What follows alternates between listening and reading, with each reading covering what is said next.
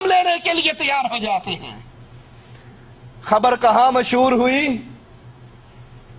حدیبیہ کے مقام پر کہ عثمان شہید ہو گئے، اور بیت اللہ کتنی دور ہے؟ چند کلومیٹر کے فاصلے پر۔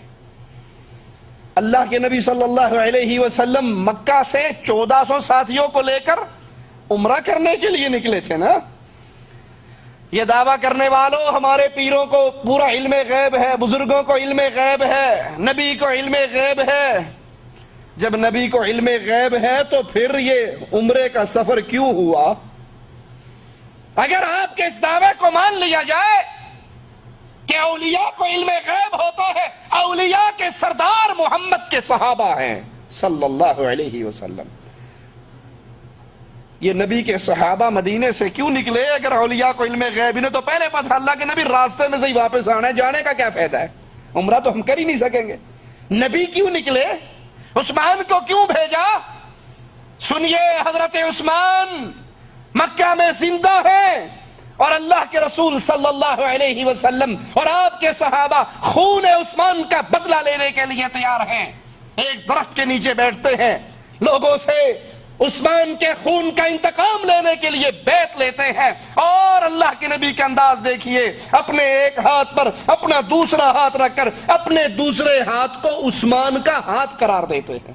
یہ میرا ہاتھ ہے، یہ عثمان کا ہاتھ ہے، یہ ابو بکر کا ہاتھ ہے، یہ عمر کا ہاتھ ہے، یہ علی کا ہاتھ ہے۔ 1400 صحابہ آقا علیہ السلام کے ہاتھ پر جنگ کی تیاری، حالانکہ جنگ کرنے کے لیے نہیں آئے، گھوڑے پاس نہیں، اسلحہ پاس نہیں، جنگ کی تیاری نہیں، ساز و سامان نہیں، اور مقابلے پر جن سے جنگ کرنی ہے وہ اپنے گھر میں موجود ہے، دشمن اپنے گھر میں ہے، دشمن اسلحے سے لیس ہے، دشمن کے پاس بہت بڑی نفری ہے، اور نبی 1400 ساتھیوں کو لے کر بے سر و سامانی میں، لیکن محبت عثمان کا اندازہ کیجئے، آقا کو اپنے اس سفیر سے، اپنے اس داماد سے، اپنے اس صحابی سے کتنی محبت تھی۔ اس بے سر و سامانی میں کہتے ہیں یہ محمد کا ہاتھ ہے، یہ عثمان کا ہاتھ ہے، ہم اس وقت تک لڑیں گے جب تک عثمان کا بدلہ نہ لے لیں، اور واپس نہیں لوٹیں گے، بھلے ہم لڑتے لڑتے سارے مارے جائیں۔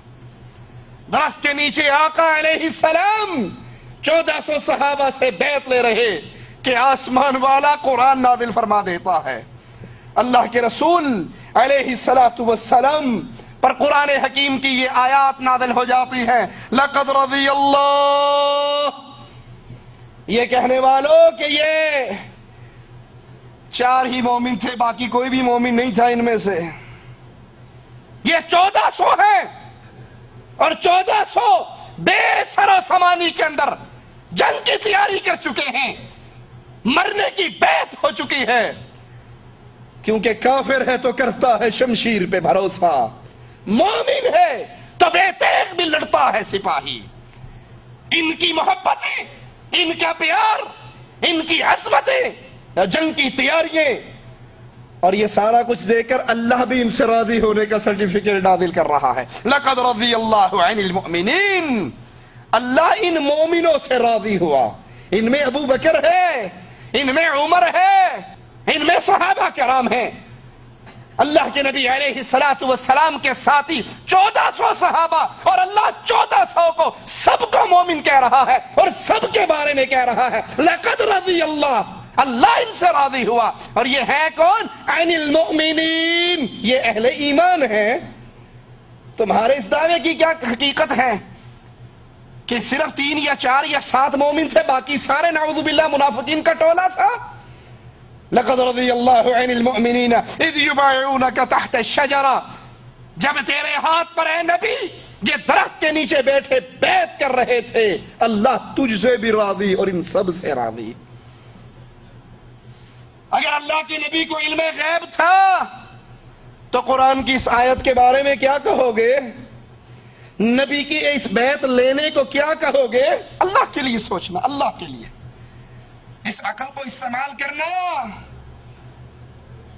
مذہبی تعصب سے باہر نکلتے ہوئے، پیروں کی اندھی تقلید کے تعصب سے باہر نکلتے ہوئے، اگر یہ مان لیا جائے رسول اللہ صلی اللہ علیہ وسلم کو علم غیب تھا تو پھر نعوذ باللہ یہ جو بیت رضوان جو ہو رہی تھی، کیا یہ ڈرامہ تھا؟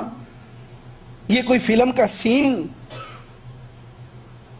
کیا تھا؟ یہ نبی کو حقیقت معلوم تھی، پھر بیعت کس بات کی؟ آسمان سے وحی کس بات کی؟ ادھر بیعت ہو رہی ہے، مسلمان بھرپور جنگ کی تیاری کر رہے ہیں، ادھر سیدنا عثمان رضی اللہ عنہ وارضا صحیح سلامت رسول اللہ صلی اللہ علیہ وسلم کے پاس پہنچ جاتے۔ لیکن کفار کو مسلمانوں کے جذبہ جہاد کی خبر ملتی ہے کہ یہ تو بے سر و سامانی کے اندر بھی لڑنے مرنے کے لیے تیار ہو گئے، تو مجبوراً کفار مسلمانوں کے ساتھ چند شرائط پر صلح کے لیے تیار ہو جاتے ہیں۔ سیدنا عثمان رضی اللہ عنہ وارضا خیبر کی جنگ کے اندر بھی امام الانبیاء امام اعظم محمد رسول اللہ صلی اللہ علیہ وسلم کے ساتھ رہے، فتح مکہ کے موقع پر بھی نبی کے ساتھ رہے، اور تبوک کی جنگ کے اندر بھی سیدنا عثمان رضی اللہ عنہ وارضا رسول کریم کے ساتھ رہے۔ غزوہ تبوک سے واپسی پر میرے نبی کی دوسری بیٹی حضرت عثمان کی دوسری بیوی ام کلثوم چند دن بیمار رہ کر اللہ کو پیاری ہو جاتی ہے۔ ابو بکر صدیق رضی اللہ عنہ وارضا اور سیدنا عمر دونوں اپنی خلافت کے اندر اپنے اہم معاملات کے اندر مشورے سیدنا عثمان رضی اللہ عنہ وارضا سے کرواتے۔ سیدنا ابو بکر اپنے فرامین سیدنا عثمان سے لکھوایا کرتے تھے۔ 12 ہجری میں سیدنا ابو بکر نے حج کے لیے جاتے وقت مدینے میں اپنا قائم مقام سیدنا عثمان رضی اللہ عنہ وارضا کو بنایا۔ سیدنا عمر نے سیدنا عثمان رضی اللہ عنہ وارضا کو مجلس شورا کا رکن مقرر کیا اور شرعی فتوے جاری کرنے کی جن کو اجازت تھی ان میں حضرت عثمان رضی اللہ عنہ وارضا شامل تھے۔ اور یہ عثمان وہ عظیم ذات جس کو غنی کا لقب بھی ملا، مسلمانوں کی مدد میں بڑھ چڑھ کر حصہ لینے والے، مسلمانوں کی مدد میں اپنے مال کو پانی کی طرح خرچ کرنے والے۔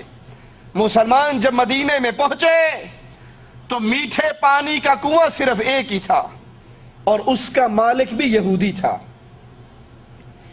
جو پیسوں سے پانی کو بیچا کرتا تھا۔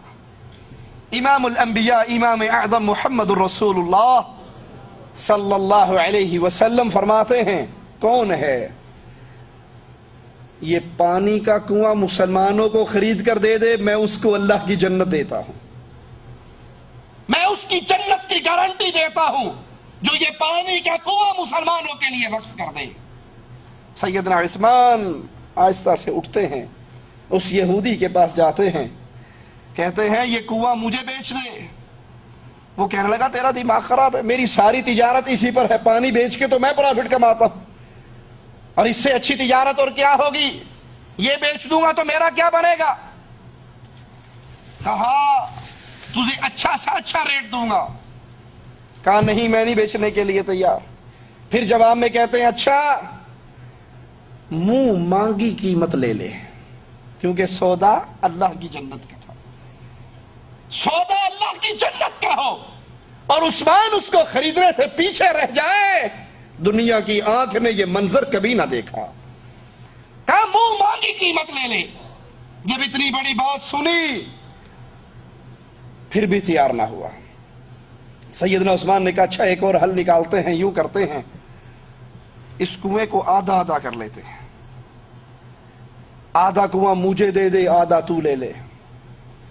کہا یہ کنواں کیسے آدھا ہوگا؟ کہا کنواں آدھا نہیں ہوگا، وقت آدھا ہو جائے گا، ایک دن پانی تو بیچا کر، ایک دن میرے ذمہ ہو جائے۔ یہودی کو یہ بات دل کو لگی، اس نے 12,000 درہم میں آدھا کنواں ایک دن سیدنا عثمان کو دے دیا اور ایک دن اپنے پاس رکھ لیا۔ وہ بھی یہی سمجھتا ہوگا کہ میں بیچتا ہوں تو یہ بھی بیچے گا، تجارت کر رہا ہے۔ وہ سیرت عثمان کو کیا جانے، وہ شان عثمان کو کیا جانے۔ آدھا کنواں خرید کے اللہ کے نبی علیہ الصلوۃ والسلام کے پاس آئے، کہا آقا مسلمانوں میں اعلان کر دیجئے عثمان کی باری والے دن اتنا پانی بھر لے کہ دوسرے دن ان کو پانی کی حاجت نہ رہے۔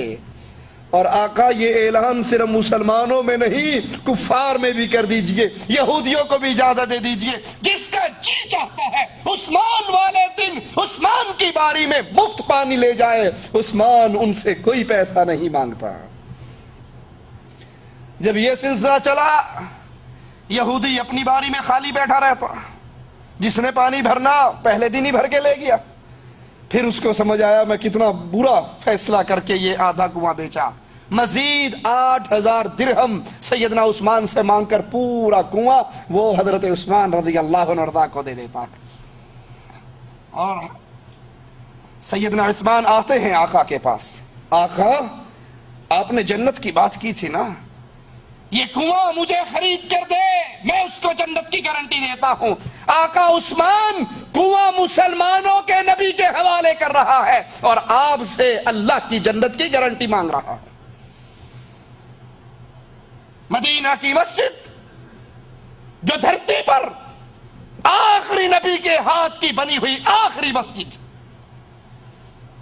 مسلمان تعداد میں بڑھے تو جگہ تنگ ہو گئی۔ امام الانبیاء امام اعظم محمد الرسول اللہ صلی اللہ علیہ وسلم نے فرمایا، کون ہے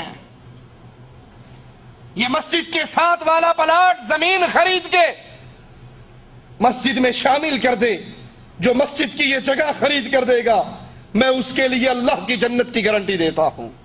سیدنا عثمان اٹھے اور وہ زمین خرید کر امام الانبیاء کے حوالے کر دی اور محمد کریم صلی اللہ علیہ وسلم سے جنت کا ٹکٹ خود لے لیا۔ سیدنا عمر رضی اللہ عنہ مرضا کے دور میں قحط پڑا، ایک تاجر 1000 اونٹ غلے سے لدے ہوئے مدینے میں لاتا ہے، سارا غلہ حضرت عثمان خرید لیتے ہیں۔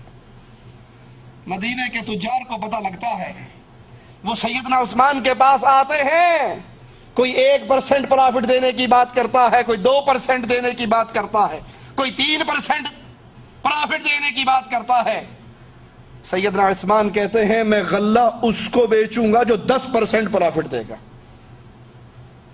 وہ سارے تاجر واپس لوٹ کے کہ 10% کون دے گا تجھے، ہم نہیں خریدتے۔